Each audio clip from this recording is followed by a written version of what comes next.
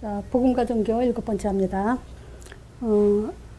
지금 이 복음과 종교는 가장 중요한 그 메시지이기 때문에 반드시 확립해야 될 메시지입니다. 내 거가 되고 또 그것이 기도로도 누려지고 또 삶 속에서도 계속 확립이 되도록 노력을 해야 돼요. 오늘 7번째인데요. 참 중요한 게 이 정체성이라는 거예요. 근데 이 정체성의 근원을 어디다 두냐? 아브라함한테 좀 두고, 이 아브라함은 곧 나 자신이에요. 오늘 메시지 속에서 그것이 이제 확인될 겁니다. 자, 그럼 제가 정체성 할 때 가장 많이 하는 얘기가 하나님의 형상이라는 얘기를 많이 하죠. 이 하나님의 형상이란 말은 또 얘기하지만 하나님이 우리에게 가장 가치를 둔 가장 하나님의 표현 중에 최고의 표현이라고. 이 정체성은요, 이 땅에 살고 있는 동안에 이 세 가지에서 벗어나지 않아요. 그 세 가지가 바로 말씀, 언약의 조상, 아브라함에게 준 언약, 말씀이죠. 그 다음에 버리는 훈련, 사단이 공격하는 통로죠. 버리는 훈련과 대표성, 즉 아브라함한테 한 모든 말씀은 곧 대표성이기 때문에 내게도 적용된다. 이제 그거예요. 그거를 확인하면서 우리가 이제 또 아브라함의 그 정체성을 다시 회복하는 그런 시간이 돼야 됩니다. 자, 지금 이 하나님의 형상을 뭘로 설명하냐면요. 오늘 지금 아브라함으로 설명을 할 건데, 지금 아브라함은 말하자면 이 말씀을 잡은 자로서의 순종한 자예요. 말씀을 가진다는 것은 우리가 곧 순종 속에 들어가는 거죠. 근데 대부분이 신앙생활 하면서 우리가 말씀 잡았다, 복음 있다, 기도한다, 뭐 전도한다 하면서 이 순종에 많이 이제 속죠. 거기에 이제 우리가 사단의 통로가 있죠. 자, 이 하나님은 하나님의 영역을 잠깐 한번 좀 말씀드려 볼게요. 우리가 그냥 단순하게 하나님의 말씀, 하나님의 그 언약 이렇게 할 것이 아니라, 우리는 알죠. 하나님이 얼마나 무궁무진하게 크신 분인 걸. 그거를 가지고 무소부재, 무소불능, 무소부지라는 단어를 많이 써요. 이게 이제 하나님의 속성이죠. 하나님만 가지고 있는 속성. 그런 분의 말씀이에요. 그냥 말씀이 아니라. 그러면 우리가 이게 무소부재라는 말, 무소부재. 요 말을 좀 사전적 의미로 보면요. 그 존재와 그 섭리가, 그 존재, 하나님의 존재와 섭리가 자기가 만든 피조물 있죠. 그 모든 피조물에 다 미쳐 있다. 그 속해 있다. 이제 이 얘기예요. 그러니까 세상을 하나님이 창조해 놓고 하나님이 없는 곳이 없다. 이 얘기예요. 그래서 여기서 섭리라는 것은 뭐냐면, 모든 피조물들을 그 존재가 목적하는 대로, 존재의 역할, 만든 창조의 목적대로 맞도록 그걸 보존하고 협력하고 다스리는 게 섭리예요. 이게 섭리라는 의미예요. 그래서 세밀하게 말하자면, 세밀하게 그 존재, 창조한 목적에 맞도록 하나님께 보존하고 통치하고 다스리신다. 이 얘기거든요. 그러니까 그게 하나님이에요. 무소부재하다는 거예요. 그러니까 지금도 어느 한순간도 하나님은 주무시거나 영원히 시간에 제한받지 않는 분인 거죠. 그런 하나님의 말씀이에요. 그리고 무소불능, 못하는 게 없으시고요. 무소부지, 모르는 것이 없는 분이에요. 그런 이런 분의 말씀을 잡는다. 그러면 끝난 거죠. 자, 그래서 우리가 조금 더 말씀이 잡힌다. 말씀을 잡는다. 이 말은요, 창세기 18장 17절에 그 얘기하죠. 지금 그 18장은 아브라함이 영적인 눈을 뜬 그 시간표예요. 그러니까 세 천사를 영접하면서 자기 집에 이제 그 세 천사를 영접하면서 이렇게 음식을 해서 먹게 하고 그러면서 대화 중에 뭐가 있냐면요. 하나님이 그런 말씀하세요. 아브라함한테 나의 하려는 것을 아브라함에게 숨기겠냐 그랬어요. 그러면 말씀이 잡히는 하나님은 아브라함한테 말하지 않고 행하는 게 없다는 거예요. 그거예요. 우리한테 말하지 않고 행하는 법이 없어요. 그게 나라는 것과 일치를 시켜야 돼요. 아브라함한테만 그러겠어요? 아니죠. 아브라함한테 모든 말을 한 것처럼 우리에게도 모든 말을 하셨어요. 그 모든 말이 뭔지는 이제 그 복음과 종교에서 쭉 보면 거기에 이제 말씀 드려놓은 게 있어요. 자, 아브라함한테는 절대 감추는 것이 없어요. 다 말씀하셨어요. 그리고 전도서 12장 11절에 보면요. 지혜 있는 자의 말씀은 찌르는 채찍 같아요. 그리고 회중의 스승의 말씀은 잘 박힌 목과 같다 그런 말을 해요. 그러니까 지혜 있는 자의 말은 찌르는 채찍 같아요. 그래서 누군가가 말을 하면서 찔린다. 그러면 그 사람은 지혜 있는 자가 하는 말이라 그렇게 이해하면 아주 좋아요. 그러니까 지혜 있는 사람이 나를 찔렀다. 그러면 지혜 있는 사람의 말을 찔림을 당한 걸 그대로 내가 그걸 가지고 회복하려고 노력한다면 그건 축복이 되는 거죠. 그리고 채찍과 회중의 스승의 말씀은 우리에게 잘 박힌 못과 같다 그래요. 그래서 이 말은 뭐냐면 이 말씀이 못 같아서 이렇게 못이 잘 박히면 그거를 이사야 22장 22절에서 24절에 잘 설명됐어요. 근데 여기서 말씀은 22절에 얘기를 해요. 어떤 말씀이냐면 또 다윗의 집의 열쇠를 그 어깨에 두리니 그가 열면 닫을 자가 없겠고 닫으면 열 자가 없다. 말씀은 뭘 얘기하냐면 예수 그리스도, 한마디로 말하면 예수 그리스도를 말하는 거죠. 자, 이 예수 그리스도가 열면 닫을 자가 없고 닫으면 열 자가 없는 거예요. 그래서 못이 단단히 막힘과 같이 그를 경계하는데 이 못이 잘 박힌 곳에는 뭐냐면 하나님의 영광의 보좌가 그 위에 걸린다 그래요. 하나님의 영광이 걸리는 거예요. 지금 우리가 말씀을 받잖아요. 그 말씀이 나한테 잘 각인되잖아요. 그러면 하나님 영광이 거기에 걸린다는 얘기예요. 그래서 이 말씀은 다예요. 그래서 제가 강조하는 것은 뭐냐면 말씀을 잡고 제대로 정확하게 이해하고 성경적인 기준을 가지고 말씀을 잡고 그것이 기도로 회복되고 응답으로 회복돼야 된다는 얘기를 하는 거예요. 그게. 그래서 말씀 기도, 말씀 응답. 그래서 성경에서 벗어난 기도와 응답을 얘기한다면 종교에서 계속 끝까지 종교로 갈 수밖에 없어요. 그 종교는 우상숭배고 사기, 영적 사기예요. 그래서 복음과 종교는 정말 중요한 메시지면서 잘 구분을 해야 되죠. 히브리서 4장 12절에 한마디로 표현 잘했죠. 말씀은 살았고 운동력이 있다 했어요. 그래서 내가 이 말씀을 받았는데 그리스도의 말씀을 받았는데 내 안에는 운동력이 있다는 거죠. 그래서 어떤 운동력이에요? 영과 혼과 및 관절과 골수를 찔러 쪼개기까지 하면서 그 마음의 생각을 다 감찰한다 그랬어요. 마음도 생각도. 그러니까 우리는 사실상 하나님 앞에 다 드러나져 있는 존재고 또 우리의 영과 혼은 그 골수는 말씀으로 찔러 쪼개는. 그래서 사실상 우리는 이제 이 성경대로 말씀대로 우리가 그렇게 흘러가야 되고 그렇게 변해야 되죠. 말하자면 우리가 이 기독교 안에서 변했다, 저 사람이 참 변했다 했을 때 많이 하는 것이 뭐냐면 성격이 바뀌거나 무슨 술을 끊었거나 어떤 육신적인 것을 변한 걸 변했다고 얘기하죠. 근데 그것보다도 더 중요한 게 뭐냐면 어떤 말씀이 들어가서 어떤 삶을 사냐가 중요한 거예요. 어떤 말씀이, 구원의 말씀이 또 어떻게 삶을 살아야 되냐, 전도자의 삶으로. 그래서 이런 말 하죠. 거룩한 수녀보다 영접한 창녀가 낫다, 이 말을 하는 것. 일반 사람들은 이해 못하죠, 이게. 그렇지만 맞잖아요, 이게. 하나님 자녀가 되는 것이 가장 중요하다는 거죠. 그리고 우리가 아무리 행실이나 부족하고 모자라도 전도자의 삶으로 올인하는 게 더 중요하다는 거예요. 그 안에서 변화가 일어나는 거죠, 그 안에서.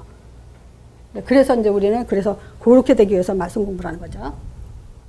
자, 그래서 이 말씀이라는 것은 요 말씀에 집중이 된다면, 말씀에 집중할 수 있다면 하나님은 말씀으로 뭐예요? 모든 것을 움직이시죠. 모든 것을 움직이심. 내가 말씀에 집중하고 있다. 그러면 모든 걸 움직일 수 있어요. 하나님은 우리한테 그걸 맡겨놨어요. 또 우리가 말씀에 그 시간이, 말씀 시간이 행복하다면 모든 걸 누릴 수가 있는 거죠. 또 이 말씀에 힘이 있다면, 확신이 있다면 우리는 세계를 정복할 수 있죠. 그래서 말씀이 다예요. 그래서 아브라함의 첫 시작도 말씀이에요. 자, 그래서 우리가 언약의 조상, 이 말은 뭐냐면 말씀을 잡았다. 언약 잡았다. 이 얘기죠.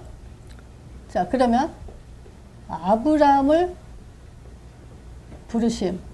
먼저 이제 그 복음과 종교에서 아브라함 부르심에 대한 이유 설명했죠. 그때는 창세기 1장부터 아브라함 부른 게 12장이기 때문에 1장부터 11장까지 부르신 이유다라고 말씀드렸어요. 자, 요번에는 좀 다른 얘기를 할 거예요. 자, 아브라함 불렀다. 어쩌려고? 만약에 여러분이 지금 예수님이 직접 오셨어요. 예수님이 직접 오셔서 내가 너를 예수님이 직접 우리를 불렀다면 예수님이 우리한테 제일 하고 싶은 말이 뭘까요? 혹시 아세요? 그리고 우리가 예수님이 뭐라고 하면 우리가 제일 행복하고 좋을까요? 그거죠. 내가 너와 함께 하기 위함이에요. 그래서 이런 게 있죠. 그 드라마에서 보면 너 안에 내가 있어. 아니, 내 안에 너 있어. 이러면 이제 그 남자가 그런 말 하면 여자들이 굉장히 해피해하죠. 자기 그 사랑하는 남자 속에 자기가 있다니까. 근데 이것보다도 더 중요한 것이 이거예요. 하나님 안에 우리가 있고 내 안에 하나님이 계셔요. 예수님이 계세요. 하나님이 계시고. 그거예요. 그래서 제일 우리가 중요한 이 땅에서 깨달아야 될 것이 뭐냐면 함께 한다는 거예요. 자, 근데 나는 여기서 메시지가 끝나질 않아요. 자, 함께라는 말은 우리 많이 써요. 임마누엘 말 많이 쓰잖아요. 근데 조건이 있어요. 함께에는 영접이라는 것에 의미가 들어가야 돼요. 요한복음 1장 12절.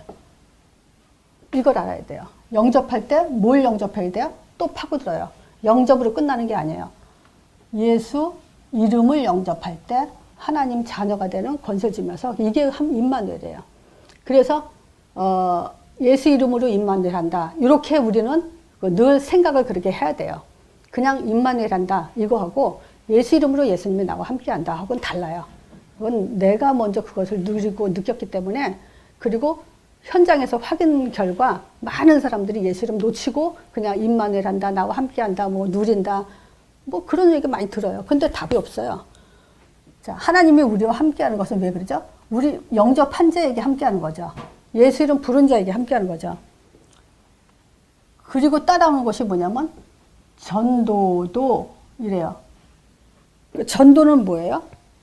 하나님의 스케줄이잖아요.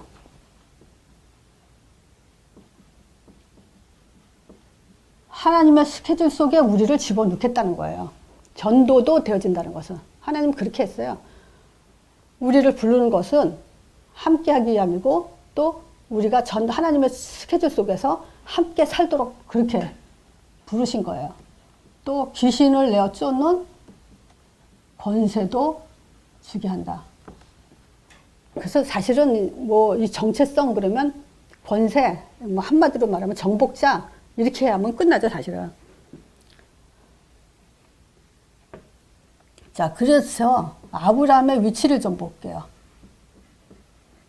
지금 아브라함을 불러서 함께하고 전도도 되고 귀신 내어 쫓는 권세 주려고 지금 본토 친자 아비 집을 떠나라고 한 거예요. 그렇죠? 그러면 그런 사람한테 따라가는 사람에게 아브라함의 위치는 어떤 위치냐면 서론에도 말씀드렸지만 창세기 17장이에요. 하나님은 아무것도 숨기지 않으세요.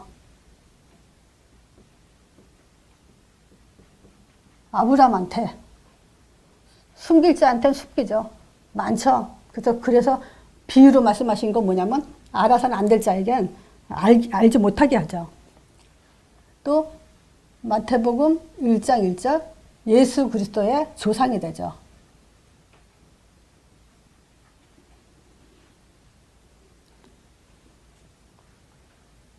또 누가복음 16장 22절에 보면요. 부자가 이제 지옥 가가지고 나사로한테 그 얘기 했을 때 지금 그 나사로가 누구 품에 있다 그래요? 아브라함 품에 있다. 이 말은 무슨 얘기야? 동등함을 나타내면 하나님 품에 있다라고 같이 동격을 쓰는 거예요. 그 정도로 아브라함의 위치가 엄청나요. 아브라함의 품. 그리고 또 부자가 그러죠. 아버지 아브라함이요. 우리는 하나님을 아버지라고 부르죠. 아브라함도 아버지라고 불러요. 아버지 아브라함이요 라고 표현을 해요. 그 정도로 어마어마한 위치에 있죠. 또 마가복음 12장 이거는 안 써도 되고, 자 야고보서 11에서 2장 16절에 보면요. 자녀들이 혈육에 속했죠. 그래서 예수님도 혈육으로 몸을 입고 이 땅에 오셔서 사망의 권세 잡은 자 그 존재를 없이 하고 우리를 그 무서워 종노릇한 자를 일생애며 종노릇한 자를 놓아주려고 그러면서 하는 말이 뭐냐면요. 이는 실로 천사들을 붙들어 주려고 하는 게 아니고 오직 아브라함의 자손들을 붙들어 주려 함이라 그래요. 그래서 우리를 가지고 뭐라냐면 아브라함의 자손이라 그래요. 자, 우리는 하나님의 자손이죠. 하나님의 자녀. 지금 아브라함을 하나님이 어느 정도로 자기 위치에 놓고 아브라함을 지금 얘기하고 있어요. 야고보서 2장 23절에 보면요. 아브라함을 뭐라 하냐면 하나님의 벗이다. 친구처럼. 그렇게 여겨요. 그래서 우리가 이제 그런 게 있잖아요. 이 땅에 살면서 정말 속마음을 다 내놓고 말하면서 의지하고 통할 수 있는 사람이 있다면 그 사람은 행복한 사람이에요. 정말. 그게 지금 하나님이 바로 아브라함도 마찬가지고 그런 관계 속에서 지금 아브라함의 위치가 하나님과 친구가 될 만큼 그런 어마어마한 위치라는 거예요. 자, 근데 이게 아브라함은 곧 우리라 그랬어요. 내가 그렇다는 거예요. 여러분들이 그렇다는 거예요. 이걸 누려야 돼요. 그래야 버릴 수 있어요. 이렇게 하나님은 아브라함을 부르시고 아브라함의 위치가 이 정도 크다는 것을 지금 드러내줬는데도 우리는 하나님한테 늘 시험을 당하죠. 근데 이 시험을 마태복음 4장을 같이 섞어서 이렇게 적용시켜서 한번 말씀드릴게요. 자, 이거는 끊임없어요.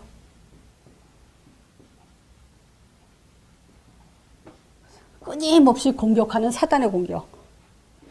자, 일단 하나님이 아브라함한테 뭐라 했어요?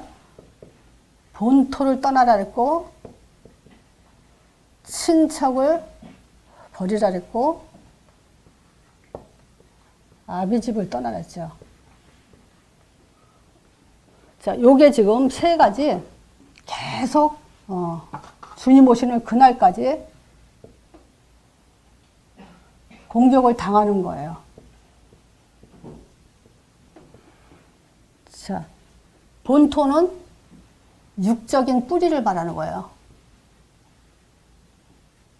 우리는 육적인 뿌리를 갖고 자꾸 영적 신앙생활 속에서도 육적으로 가는 사람들이 많아요.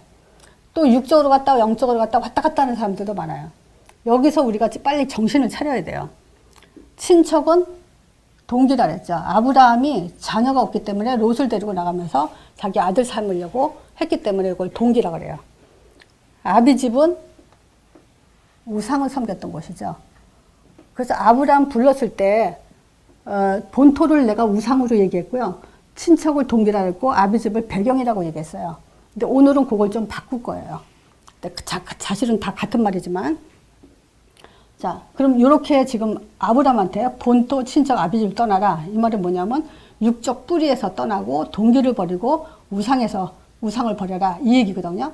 근데 마태복음 4장에 그 사단이 예수님을 시험하면서 뭐라 그래요? 지금 돌 가지고 떡을 만들어 먹어라. 의식주 가지고 시험을 했어요. 그러니까 의식주 가지고 묶이게 했다는 거예요. 자, 그때 예수님이 뭐라냐면 하나님, 사람은 떡으로만 살 것이 아니고 하나님 말씀으로만 살 것이다 그랬어요. 우리의 삶은 성경에 예수님이 직접 말씀하셨어요. 말씀으로 산다고. 육으로 살 수 없어요, 우리는. 그러면 죽어요. 자, 그러면 아브라함한테 뭐라고 말했어요? 본토 친척 아비 집을 떠나라. 말하자면 본토를 떠나라. 육적 뿌리를 떠나라. 그랬을 때 말씀에 순종하는 그걸 하나님이 원하셨죠. 그리고 어디를 가라? 가나안 땅으로 가라.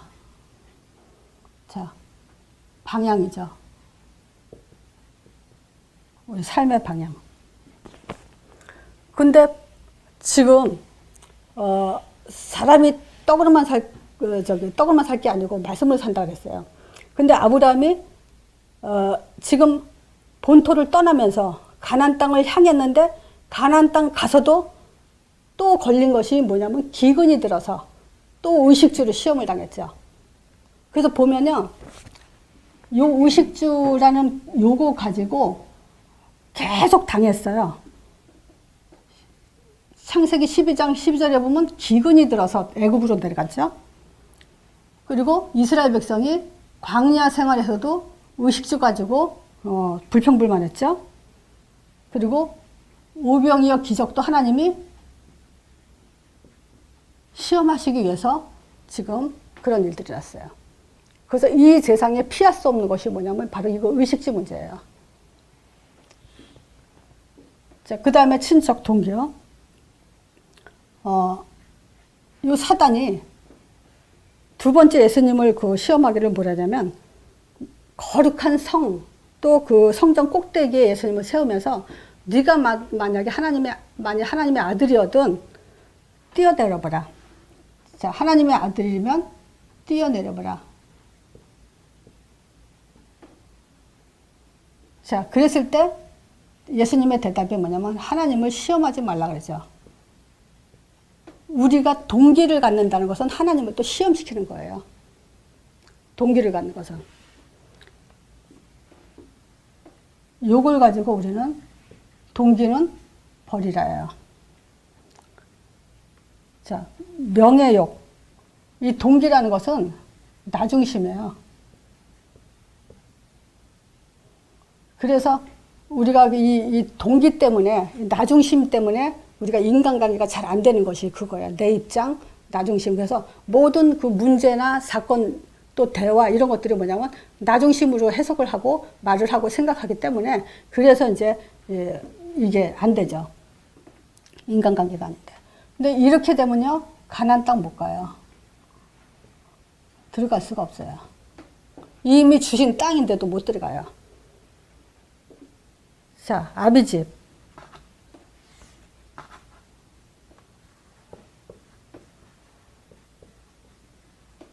요거는 우상이라 했죠. 또 사단이 높은 산에 예수님을 오게 해서 천하 만국을 보여주면서 뭐냐면 내게 경배하라 그래요.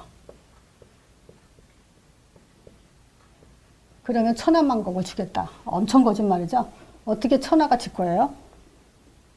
그때 하나님이 하나님만 섬기고 경배하라 그랬다. 그렇게 기록된 대로 말씀을 하셨어요. 기록되었을 때. 자, 말하자면 우리는 하나님께 드리는 것이에요. 뭘 드렸냐? 아브라함이 하나님께 뭘 드렸냐면 이삭을 드렸죠. 이 이삭은 최고 우상이었어요. 자, 그러니까 이거예요. 다시 말씀드리면 마태복음 4장에 사단은 계속 뭐냐면 의식주 가지고 시험을 하고 또 그 나중심인 동기 가지고 시험을 하고 또 뭐냐면 내가 가장 우상되는 것을 가지고 시험을 하는 거예요. 아브라함이 지금 창세기 아브라함의 그 시험은 결국은 하나님이 어디서 떠나라는 얘기예요? 사단의 그 끊임없는 유혹에서 떠나라는 거예요. 그래서 떠나고 버리고 드리는 것. 떠나지 않고 버리지 않으면요, 하나님께 못 드려요. 그래야만 우리는 가나안 땅을 갈 수 있는 거예요.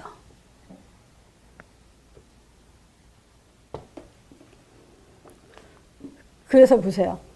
지금 아브라함에게 하나님은 이런 그 문제를 본토 친척 아버지를 떠나라고 하면서, 또 예수님이 시험 당할 때 이 세 가지 시험을 하면서 우리 인간에게도 어떤 시험이 있겠어요? 똑같은 얘기죠. 결국 창세기 3장 문제이면서. 근데 이 문제 이겼을 때 이에 마귀는 떠나고 천사가 나와 수종들더라 그래요. 그래서 뭐냐면 이 언약은요, 만약 말씀은 시험을 통과해야 돼요. 맞으면 시험을 통과한다는 것은 신앙 고백이 늘 돼야 된다는 거예요. 그래야 천사가 나와 수종들어요. 마귀는 떠나요. 이 싸움에서 우리가 주님 오시는 그날까지 여기에 묶여있게 되죠. 그래서 우리의 사역은 뭐죠? 우리 자신부터, 그리고 우리 현장의 만남 속에서 이것을 지금 말해주고 빠져나오도록 해줘야 돼요. 자, 지금 말씀 잡고 버리는 훈련 속에 들어갔어요. 그럼 이게 통과됐다. 우리는 대표자가 되죠.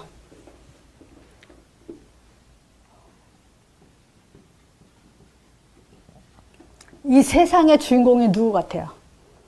한번 각자 생각을 해보세요. 뭐 대답은 뭐 그렇고, 한번 이 세상의 지금 주인공이 누구예요?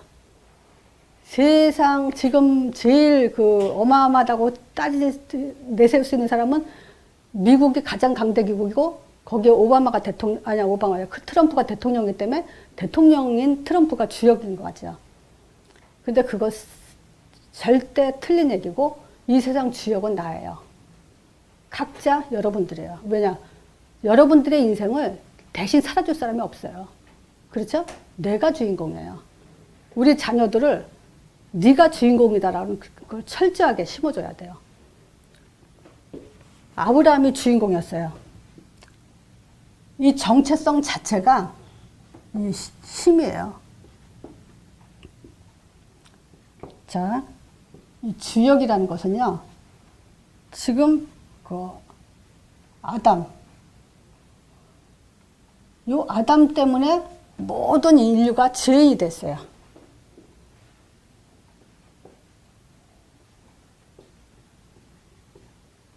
자, 그 다음에 예수 그리스도, 마지막 아담이라죠. 예수 그리스도로 인해서 모든 인류가 구원에 들어가요. 이것만 봐도 우리가 간단하죠? 문제 똑같아요. 답도 똑같아요. 근데 우리가 왜 신앙 안에서 각자 답을 갖고 다른 문제를 가지고 얘기하냐고요. 그렇기 때문에 우리는 응답도 똑같고, 아브라함 부르심에 대해서 부른 이유와 목적과 결과 다 똑같아요. 한 사람 때문에 죄인이 되고 한 사람 때문에 우리가 구원을 받았기 때문에 이제 아브라함의 대표성은 곧 나랑 똑같아요. 내가 주역이에요. 근데 아브라함은 뭐라 했죠? 복의 근원이라 했어요. 열국의 아비라 했어요. 이렇게 나가면 또 안 믿어지죠. 내가 복의 근원이고 내가 열국의 아비다 그러면 또 안 믿어지죠. 실감이 안 나죠. 복의 근원 5가지 있죠. 근원적 축복, 시대적 축복, 기념비적, 대표적, 불가항력적. 아브라함의 대표성은 우리가 이름을 갖고 한번 설명을 이해해 보죠. 아브라함의 대표성을 가진 나. 자, 그래서 이거를 직접 뭐야? 나는 아브라함이다. 나는 이렇게 할게요. 아브라함이다. 그래서 복의 근원이다. 또 이삭은 어떤 존재죠? 기쁨, 이삭이란 뜻, 이름이 기쁨, 웃음, 이 뜻이에요.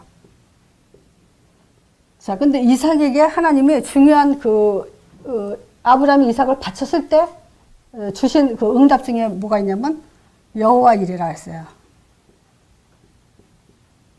이삭 대신 순양을 준비했죠. 그래서 하나님은 지금 이삭 대신 하나님이 미리 준비해 놓은 그 응답이 있다는 것을 보여줬고, 또 대적의 문을 얻는 그런 축복을 가졌죠.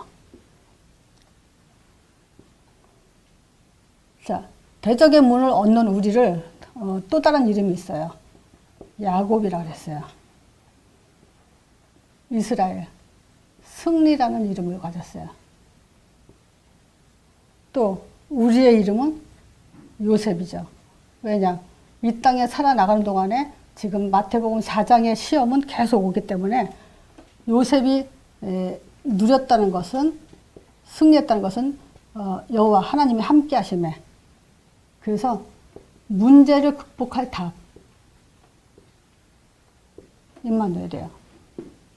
그래서 요셉은 우리가 문제 있을 때 요셉을 생각하고, 또 우리가 늘 아브라함의 그 근원적 축복을 놓치지 말고 하나님이 우리를 위해서 항상 응답과 모든 것을 준비했다는 걸 이삭을 통해서 나를 누려야 되고, 야곱을 통해서 완전히 승리했다는 승리의 이름을 가져야 되고, 그 다음에 문제 속에서 우리는 요셉이라는 임마누엘을 누려야 돼요. 자, 모세는 그 출애굽기 12장 몇 절인가 내가 좀 확인한다고 했다 깜빡했는데, 출애굽기 12장인가 보면요, 여호와께서 우리를 위해서 싸우신다 그래요.